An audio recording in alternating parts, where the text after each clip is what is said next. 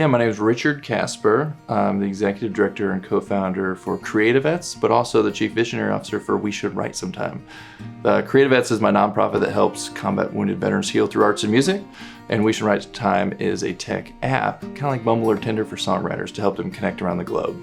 I was literally blasted into my entrepreneurial journey. While I was in Iraq, I was blown up 4 times. So I have a brain injury, and I did not plan on being an entrepreneur before that, even after that for a while. But after I discovered art and music that completely saved my life, I looked back and I said, well, there's no programs like what I just experienced, so I need to start one. So literally had no idea. I went from Marine to bouncer to bar to art student to executive director. So I just started the nonprofit in kind of a need. So Creativets' whole mission is to empower wounded veterans through arts and music, but we do that in really big ways. Because if you can outweigh a veteran's anxiety and depression with excitement, you can get them to do anything. So for example, we actually write in this room right here. We'll fly in combat veterans from around the country, about 10 of them. They'll come here and they'll tell their story for the first time, things that they've never been able to talk about before, with hit writers and artists. We've had artists like Justin Moore, Granger Smith, Randy Rogers, Craig Morgan, Craig Campbell, all sit in these rooms and help them share their story for the first time, so they have a voice finally. We also do this in art programming at the School of the Art Institute of Chicago, Glassell School of Art in Houston. We ran at USC, Belmont, VCU.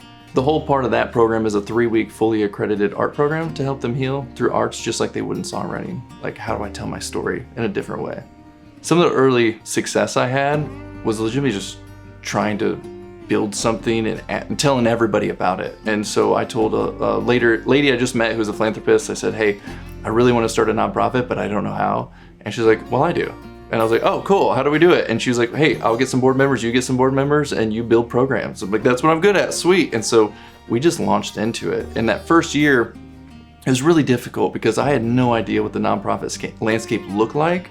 Nonprofits and for-profits run really parallel with how you're building things. It's just the idea that now I have to ask people for money for no product. The product is saving veterans' lives, but they don't get to see that right off the bat. So the first year was really, really hard to just talk people into giving me money for the programs. They need to trust me, we're brand new. I think the succeed-fail rate is really based off the entrepreneurs who say like, I just want to build something, and they don't know what they want to build, and they just kind of like go until they can't figure it out, or they find something but they're not passionate about it. I think you have to have a passion. I think there are certain people who have a passion to build and that's what drives them, but just the want to build something or build a company, I don't think does it. New and inspiring entrepreneurs, I would say just go for it. I mean, everybody, especially if you're young, almost everybody I talk to, it's probably bad. Everyone who's in a job now, like if they're like 18 to 25, I'm just like, hey, have you ever thought about starting a job or starting a company? It's really cool because you have time, you have a little bit of time to waste before you start a family. But when you feel the downest, like keep going, because that's where it's at. It's like you are back against the wall. You think nothing's gonna happen. For me, from 2013 when I started to 2017, there was this like impossible barrier to break. I didn't have employees. I was an independent contractor of my own company because of how everything was going. Couldn't make a salary for myself. And I was just like, I have been delivering. I have been saving. I see these other nonprofits all raising up around me being like, why are they doing this? When I'm like, I got my head in the game. I'm doing the programs the right way. And in 2017, just everything delivered at once. Everything I've been waiting for and working for, keeping my head down. I was named Time Magazine's Next Generation Leader of 2017, and they did a documentary of my life, which is one of only 2 people they've ever done a documentary on. And that opened up the door to where we scaled from, I think we're at 2017, we're around $100,000 to $200,000 nonprofit. Today, we just raised 3.7 million, I think it was. And now we're the largest arts and music nonprofit. All these people I was worried about before being like, oh my gosh, like why are they doing so good? We have surpassed and kept going. So I would say jump into it and just go for it. You're scared right now, but today's the time. Because if you're just gonna think about it and do it a year later, you just lost a whole year that you could have been building towards that same experience I had.